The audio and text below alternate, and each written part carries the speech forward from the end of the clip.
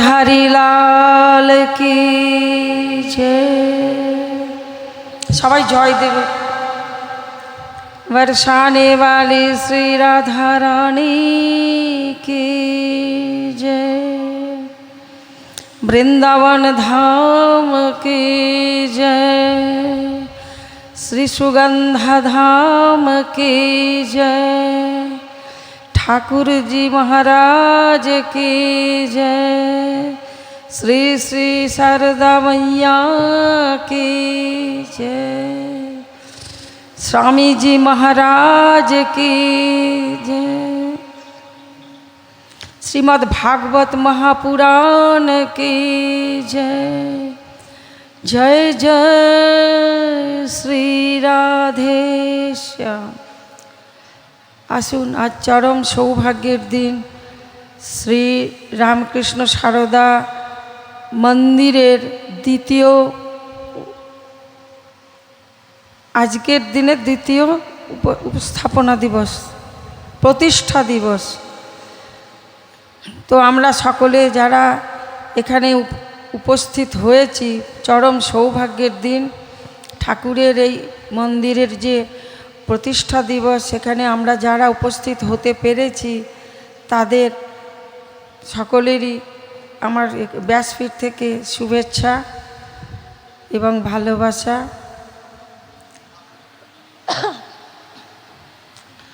तो भागवत महापुराणे सुनते एसेछि आमरा যতটুকু যথামতি आलोचना এই নিয়ে একটু করব।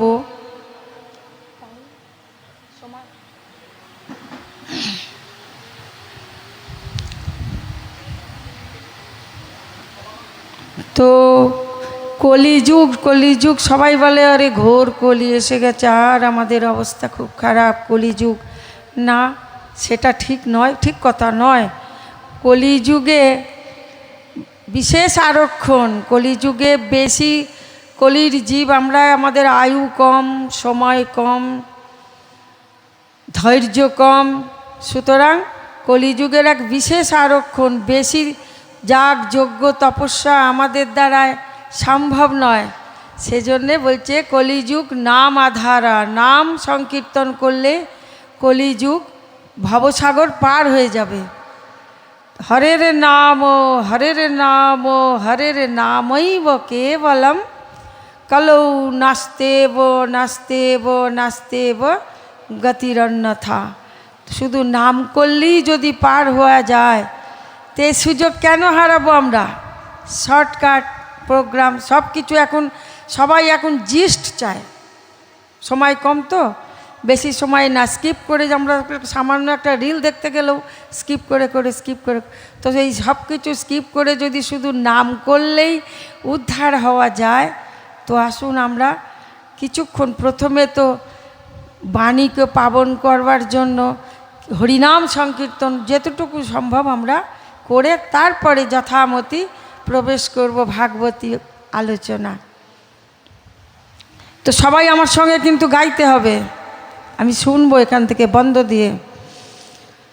শ্রীকৃষ্ণ গোবিন্দ হরে মুরারে হে নাথ নারায়ণ বাসুদেব।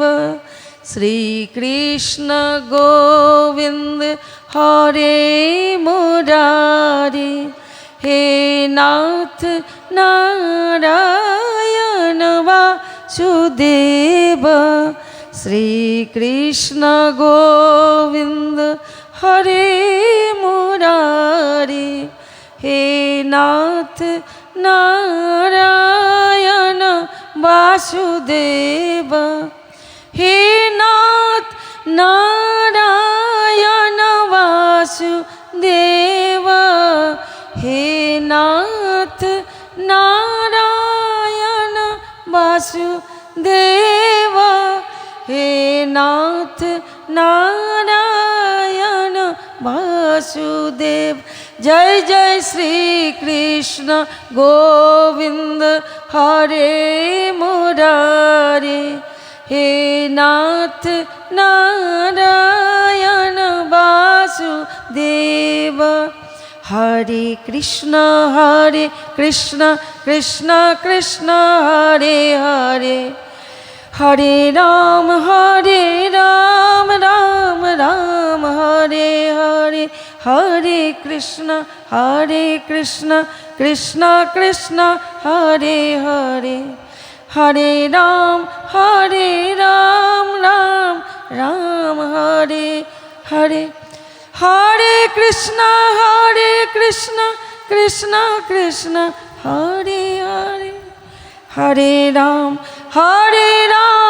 राम हरे हरे, हरे कृष्ण कृष्ण कृष्ण हरे हरे, हरे राम राम हरे हरे। बोल राम कृष्ण देव की जय, भक्तवत्सल भगवान की जय। जय जय श्री राधेश्याम।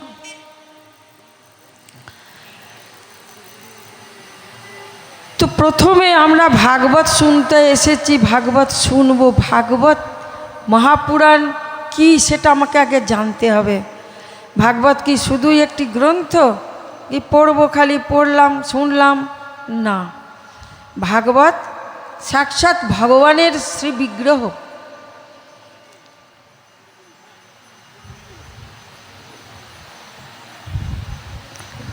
তো শ্রী ভগবানের বিগ্রহ। তো আমরা শুনবো তো ঠিকই, কিন্তু কিছুটা প্রথমে ভাগবত সম্বন্ধে জানার দরকার। এই যদি সত্যিই ভাগবতের বিগ্রহ, ভগবানের শ্রী মুখ থেকে ভাগবতের উৎপত্তি, ভগবানের অঙ্গ শরীর থেকে দুটো জিনিসের উৎপত্তি। এক হচ্ছে ভাগবতী গঙ্গা, আর এক হচ্ছে শ্রীমদ্ ভাগবত মহাপুরাণ। তো শ্রীচরণ থেকে ভগবতী গঙ্গার উদ্গম, মানে ওখান থেকেই উনি প্রকট হয়েছেন, ভগবানের শ্রীচরণ থেকে। আর ভগবানের শ্রীমুখ থেকে শ্রীমদ্ ভাগবত মহাপুরাণ প্রকটিত হয়েছে। যার জন্যে আমরা বিচার করে যদি দেখি, ভগবতী গঙ্গায় তো সাক্ষাৎ ব্রহ্মসলীলা পাপ নাশিনী, সেখানে স্নান করলে শরীরের তাপ মিটবে, পাপ মিটবে, সব ঠিক আছে, কিন্তু শরীরের তাপ মিটবে এবং পাপ স্খলন হবে। আর ভাগবতী পুরাণের গঙ্গায় স্নান করলে মনের তাপ, মনের যে তিন তাপ, আমরা দৈহিক, দৈবিক আর ভৌতিক, তিন তাপ দূর হবে ভাগবত মহাপুরাণে। আর সেই জন্যে যদি সেইভাবে বিচার করা যায়, তো ভগবতী গঙ্গার থেকেও উৎকৃষ্ট হচ্ছে এই ভাগবতী গঙ্গায় স্নান। এই যে আমরা শুনছি কথা, এই এক ধরনের অবগাহনই হচ্ছে স্নান। তো যেমন গঙ্গায় গিয়ে আমরা দরস পরশ মর্জন অরূপানা, গঙ্গায় যখন আমরা স্নানের উদ্দেশ্যে যাই, তখন আমরা প্রথমে দর্শন, মা গঙ্গার দর্শন করলাম, ফের সঙ্গে সঙ্গেই কুদ যাবে, মানে লাফিয়ে নেবে যাব না, একটু জল নিয়ে মাথায় ছিটিয়ে নিতে হয়। তো দরস স্পর্শ হলো, জলে স্পর্শ, ফের মার্জন স্নান, অবগাহন যাকে বলছে শুদ্ধ ভাষায়। তো স্নান হলো, ফের থোড়া সা একটু জল সামান্য নিয়ে পান করতে হয়, বা আমরা একটু জল হয় কমণ্ডলু, কৌটো, ডিব্বা যাই হোক করে বাড়িতেও আমরা নিয়ে আসি, সেটা অপরের জন্যে, যাই হোক। তো দরস পরশ মর্জন অরূপানা, ঠিক তদ্রূপ এই যে কোনো মানে ধর্মসভায় আমরা যখন যাব, কোনো মহাপুরুষের সামনে যাব, ভাগবতের আসরে যাব, তো সেখানে গিয়ে প্রথমে আমরা দর্শন করলাম যিনি পাঠ করছেন, সাধু মহাত্মা যেই হোক, ব্যাসজি। তো সেখানে আমরা প্রথমে তাকে দর্শন, ফের স্পর্শ। তো দূর থেকে স্পর্শ কি করে করব? তো চোখের দ্বারায়ও স্পর্শ করে হয়ে যায়, বলে ভালো করে চেয়ে দেখ। তো দেখছি তো বটে, এবার চোখেতেও স্পর্শ হয়, স্পর্শ হয়। এবার মার্জন, এখানে স্নান, জল তো নেই, তো স্নান, তো তো ভাগবতী গঙ্গা যেটা প্রবাহিত হচ্ছে এখন, যেটা শুনছেন আপনারা, তো তাতে আমাদের এটা অবগাহন হয়ে যাচ্ছে, আমাকে স্নান করাচ্ছে, আমাকে কলুষ মুক্ত করাচ্ছে, আমাকে মার্জনা করাচ্ছে, পরিষ্কার করছে। এই ভাগবতী শুনতে শুনতেই না, কান দিয়ে তো শুনবো, শ্রবণ, ফের ভেতরে সেটাকে আমরা ধীরে ধীরে নিয়ে নেব, হৃদয়ঙ্গম হয়ে যাবে সেটা। তো দরস পরশ মার্জন। আর যদি একটুও এই এত যে যাই কথা শুনবো, তার থেকে কমসে কম সবাই পাল্লু ঝাড় করে এখানেই ঝেড়ে বেরিয়ে যেতে নেই, একটু সামান্য কিছু নিয়েও যেতে হয়, সেটা হচ্ছে পান করা। তো দরস পরশ মার্জন অরু পানা। তো আমরা ভাগবতী গঙ্গা এসছি, এখানে তো 4 রকমের শ্রোতা আসে বাবা শুনতে। প্রথমে তো আলোচনায় পড়ে যাচ্ছি, প্রথমে একটু শুরুতেই তো জানতে হবে 4 রকমের শ্রোতা আসে যে কোনো আসরে। এক তো শ্রোতা, একদম সামনেই এসে বসবে, মন প্রাণ দিয়ে একদম শুনবে, এ হচ্ছে শ্রোতা। আর এক হচ্ছে শ্রোতা, কাটছাট করতে আসে। এই বাবা এখানে তো একরকম বলছে, ওই পণ্ডিতজি তো আলাদা, আবার সেখানে পণ্ডিতজি বলছিল শূর্পণখার পতির নাম অন্য। তো এই কাটছাট কি ভর্তি তো নিয়েই আসে, ঘোড়া যতক্ষণ খালি না হবে ততক্ষণ তো শুনতে পাওয়া যাবে না। তো খালি হতে হবে, এখানে বসতে গেলে খালি হয়ে, কুশল শ্রোতা হচ্ছে খালি। যতই জ্ঞান আমার মধ্যে থাক, যখন আসরে আসব সম্পূর্ণ এই ভেবে যে আমি কিচ্ছু জানি না, আজকেই প্রথম শুনবো। কেননা সুত শৌনক কথা যখন নৈমিষারণ্যে হয়েছিল, তো সুতজি বয়সে খুবই কম, শৌনক ঋষি বয়োবৃদ্ধ জ্ঞানবৃদ্ধ, কিন্তু সুতজিকে যখন ব্যাসপীঠে বসানো হলো তখন শৌনকজি একদম পুরো খালি, একদম উদ্বুদ্ধ শ্রোতা হয়ে শুনতে লাগলেন। শ্রোতা হয়ে শুনলে কিছু আমি নিতে পারবো ভেতরে। আর ওই কাটছাট অমুক জায়গায় শুনেছিলাম, সেখানে একরকম শুনেছিলাম, এ পণ্ডিতজি তো কিছু আলাদাই বলছে, এই কাটছাট করতে করতেই সময় পার হয়ে যাবে। তৃতীয় শ্রোতা, সরোতা, আর একাশে শ্রোতা।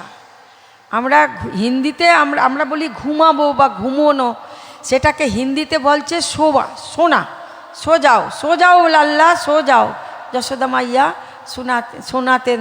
তো শোনা।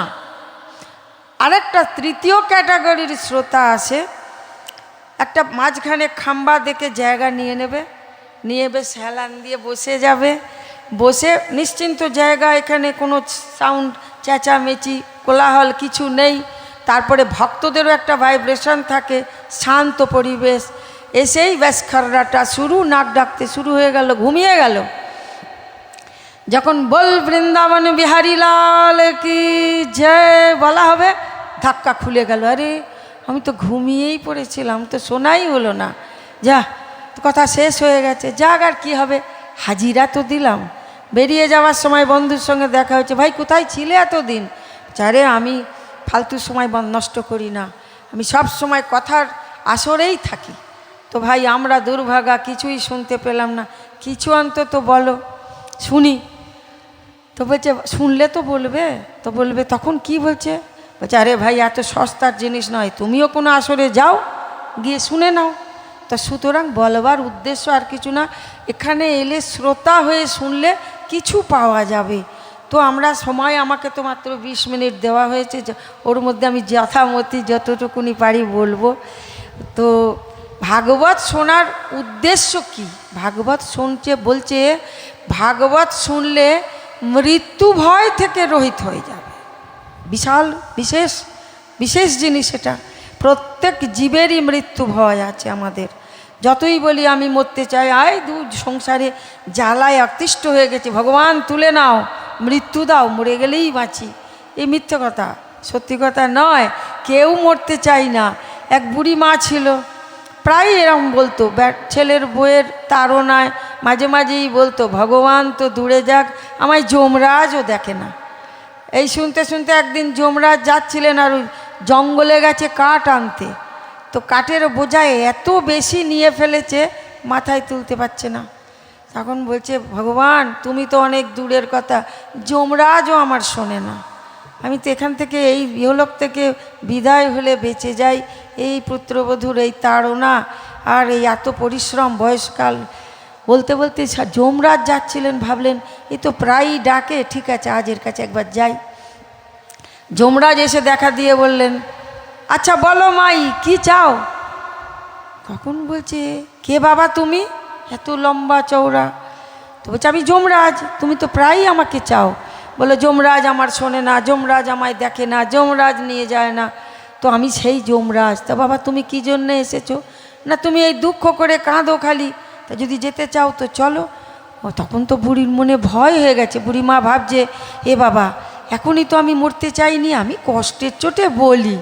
তা সুতরাং বলছে, বাবা এসে যখন গেছো তা আমার এই কাঠের বোঝা বড্ড ভারী, আমার মাথায় তুলে দাও, দিয়ে তুমি তোমার জায়গায় যাও। বলবার উদ্দেশ্য, আমরা যেটাই বলি মন থেকে তো এটা নয়, তো আমরা কি চাই সেটাই তো নিজেই জানি না। তো যাই হোক, ভাগবত শুনলে মৃত্যুকে জয় করা হয়। যেমন পরীক্ষিত শুনেছিলেন শ্রীল সুখদেব মহারাজের মুখ থেকে 7 দিনের শ্রাপ লেগেছিল, সাপে তক্ষক নাগে দংশন করবে বলে। তো তখন তিনি রাজপাট ছেড়ে দিয়ে সোজা মা গঙ্গার তীরে সুখপীঠ, সুক্তাল, যেটা মুজফ্ফরনগর থেকে আরও যেতে হয় ভেতরে, সেই সুক্তালে গাছের নিচে এসে বসে 7 দিন জীবনের মাত্র পেয়েছিলেন। বললেন এই 7 দিনে আমি ভগবত প্রাপ্তি করতে চাই, আমার এই সংসারের উপর মায়া উঠে গেছে, আসক্তি আর কিচ্ছু নেই। এখন এমনিতেও যদি কাউর জানা হয়ে যায়, ডাক্তারে বলে গিয়ে আজ থেকে তুমি ঠিক 15 দিনের মেহমান, 15 দিন পরে তোমার মৃত্যু। বলুন তো ভালো করে চিন্তা করে, এই জগৎ আর ভালো লাগবে? বিষয়, ভোগ, বাসনা, সম্পত্তি, টাকা পয়সা বিষ হয়ে যাবে সব।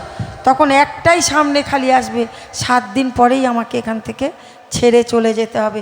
মৃত্যু তখন থেকেই তাকে গ্রাস করে নিল। ধীরে ধীরে মৃত্যু মৃত্যু মৃত্যু, এই জপ। তো বলছে শাস্ত্রে এটাই বলছেন যে হয় ভগবানকে ভজো আর নাইলে মৃত্যুকে ভজো, হয় মাধবকে ভজো, তাহলেও উৎপত্তি মানে তোমার নিষ্পত্তি হয়ে যাবে। আর যদি মৃত্যুকে ভজো তাহলেও ভয় থাকবে। যেভাবে আমরা একবারে রসে বসে ডুবে সংসারে পুরো ডুবেই আছি, এভাবে থাকলে কোনো দিনই পার হওয়া যাবে না। এর থেকে উপরে উঠতে হবে। কেমন? কোথাও পালাবারও দরকার নেই, কিছু ছাড়ারও দরকার নেই। ধরেছি কি যে ছাড়বো? বচপনা, ছোটোবেলাটা ধরে রাখতে পারিনি, মাঝের কৈশোর অবস্থা, ধীরে ধীরে সংসারের ধর্মই হচ্ছে পরিবর্তন। সংসারতি ইতি সংসার, সংসার মানেই পরিবর্তনশীল। ধীরে ধীরে ধীরে ধীরে এই পরিবর্তন হয়েই চলেছে। আর নশ্বর মানে শরীরটাও এই নশ্বর, দেহ পারমানেন্ট নয়। বলছে ইহা কই না পারমানেন্ট, চাহে লাগালো ওকে সাবুন, चाहे लगा लो सेंट, काम क्रोध लोभ मोह मद का खुला है रेस्टोरेंट, और खाओ पियो मौज उड़ा लो फिर होगा पेमेंट। আমরা বলি না চিত্রগুপ্তের খাতায় সব লেখা পড়ছে, গিয়ে একদিন না একদিন। আসলে ওখানে চিত্রগুপ্ত কত বড় খাতা নিয়ে আছে আজ পর্যন্ত ফিরে এসে খবর দেয়নি, কিন্তু আছে তো বটেই। সবথেকে বড় গুপ্ত চিত্র আমার এই ভেতরে যে চিপ, সেখানে সব ছবি পড়ছে। এবার কোনটা ঠিক জানি না, ওখানে চিত্রগুপ্ত লিখছেন না এই শরীর যখন হাজিরা দেবে ওখানে 17 তত্ত্ব নিয়ে গিয়ে সেখান থেকে হবে। মোট কথা বিচার একদিন হবে। যা কর্ম করে যাব, ভালো করি মন্দ করি, কর্মের ফল। আমরা বলি, অনেক সময় বলি, লেকচার তো সবাই দিই, আরে খালি হাতে এসেছি খালি হাতে চলে যাব। ঝুট, মিথ্যা। খালি হাতেও আসি না আর খালি হাতে যাব না। সঙ্গে যাবে কি? যাবে ভগবান নাম আর আমার কর্মের ফল। কর্মফল যেটা নিয়ে এসেছি সেটা ভোগ করছি, আর যেটা যখন যাব ভালো মন্দ যেটাই পাবো সেটাই আমার ফলটা নিয়ে আমার সঙ্গেই যাবে, আগে গিয়ে কাজে দেবে। বলছে বড়ে ভাগ মানস তন পাওয়া, সুর দুর্লভ সদ্গ্রন্থ নে গাওয়া। এই মানুষ শরীরটা বড় ভাগ্যে পেয়েছি আমরা। 84 লাখ জনির চক্কর কাটতে কাটতে পুনরপি জননম পুনরপি মরণম পুনরপি জননী জঠরে শয়নম, কতবার এই শরীর আমরা পেয়েছি। তা মনুষ্য শরীর হোক, জীব জন্তু, কীড়া মকুড়া, পশু, গাধা, খচ্চর, ঘোড়া, হাতি, কত কি হয়েছি, কোনো ঠিক ঠিকানা নেই। সর্বশ্রেষ্ঠ শরীর এবং সর্বশেষ যখন হবে বলবে। তো সর্বশ্রেষ্ঠ জনম, এটা সর্বশেষ এবং সর্বশ্রেষ্ঠ। আমরা এটাই যেন মনে করি এটাই আমার সে প্রথম আর এটাই শেষ। এটাকে কিন্তু আমাদের হাতে এটা দেওয়া আছে কিছুটা, ভগবত কৃপা আছে। 2 আঙুল মা যশোদা যখন গোপালকে বাঁধছিলেন তখন 2 আঙুল বারবার কম পড়ছিল। এই 2 আঙুলটা কি আমরা জানি না। এই শুধুই কি 2 আঙুল রশ্মি না, এর তত্ত্ব তো বিবেচনা হচ্ছে 1 আঙুল জীবের পুরুষার্থ কর্ম। গীতায় ভগবান কর্মের ওপরে খুবই জোর দিয়েছেন, কর্ম করো, ফলের আশা করো না, কিন্তু কর্ম করো। ভগবান দেবেন বলে, ভগবান চালাচ্ছেন বলে আমি ঘরে শুয়ে থাকলে রুটি বা ভাত আমার মুখে আসবে না, কর্ম করতে হবে। কিন্তু 1 আঙুল কর্ম পুরুষাকার আর 2য় আঙুল ভগবত কৃপা। শুধু যদি কর্ম করব বা কর্ম করছি বলে আমি তাহলে অহংকার এসে যাবে, আমি করছি। আরে বহু ঘুরেছি, বহু করেছি, তারপরে এই জিনিসটা আমি পেয়েছি, এটা অহংকার এসে গেল কৃপাকে বাদ দিয়ে। কৃপা জিনিসটা কেমন? প্রথম এক সংখ্যা রাখা যাক, একই রাখো, এবার 1-এর পরে 0 এলো, ওটা কৃপা তো 0, ফের 10 হলো, বাড়তে লাগলো না সংখ্যা, ফের 0 এলো, 100 হলো, ফের 0, 1000, ধীরে ধীরে 1 0 লাগতেই আমাদের এই সংখ্যাটা বাড়ছে। এবার 0 তো অহংকার এসে গেল, দেখ রে ভাই একটা করে লাগছে আর আমি এদের সংখ্যা মানে বাড়িয়ে দিচ্ছি। শুধু যদি 0-এর সংখ্যাতে বাড়তো, এবার সংখ্যা যে থাকছে সে বলছে তবে রে তুই শুধু বাড়াচ্ছিস, আমার কোনো অস্তিত্ব নেই, ঠিক আছে আমি এখান থেকে সরে যাই। এবার যদি সংখ্যা সরে যায় বলো কি বাঁচবে? 0 বাটা 1000ও 0 লেগে যায়, 0 বাটা 0 প্লাস 0। তা সুতরাং কৃপা হচ্ছে সংখ্যা আর আমাদের পুরুষাকার হচ্ছে 0। যত করি যত করি যত করি কৃপাকে সঙ্গে রেখে যদি 0 লাগে, মানে আমার পুরুষাকার হয়, তার উন্নতি হবে। আর কৃপাকে বাদ দিয়ে যদি করতে চাই, অবনতি, পতন। তা সুতরাং ভগবত কৃপার ওপর ভগবত কৃপার ওপরে আধার করে আমরা জীবনকে চালাতে শিখব এবং গুরু কৃপা হি কেবলং, এটাই মন্ত্র, বিশেষ মন্ত্র যেন আমরা না ভুলি। এখানেও বলা হয় রামকৃষ্ণ শরণম রামকৃষ্ণ শরণম রামকৃষ্ণ শরণম শরণ্যে গুরু কৃপা হি কেবলং কৃপা হি কেবলং কৃপা হি কেবলং শরণ্যে প্রভু কৃপা হি কেবলং কৃপা হি কেবলং কৃপা হি কেবলং শরণ্যে। এই বলেই বাণীকে বিরাম দিচ্ছি। সময় দিচ্ছে না। বল বৃন্দাবন বিহারী লাল কি।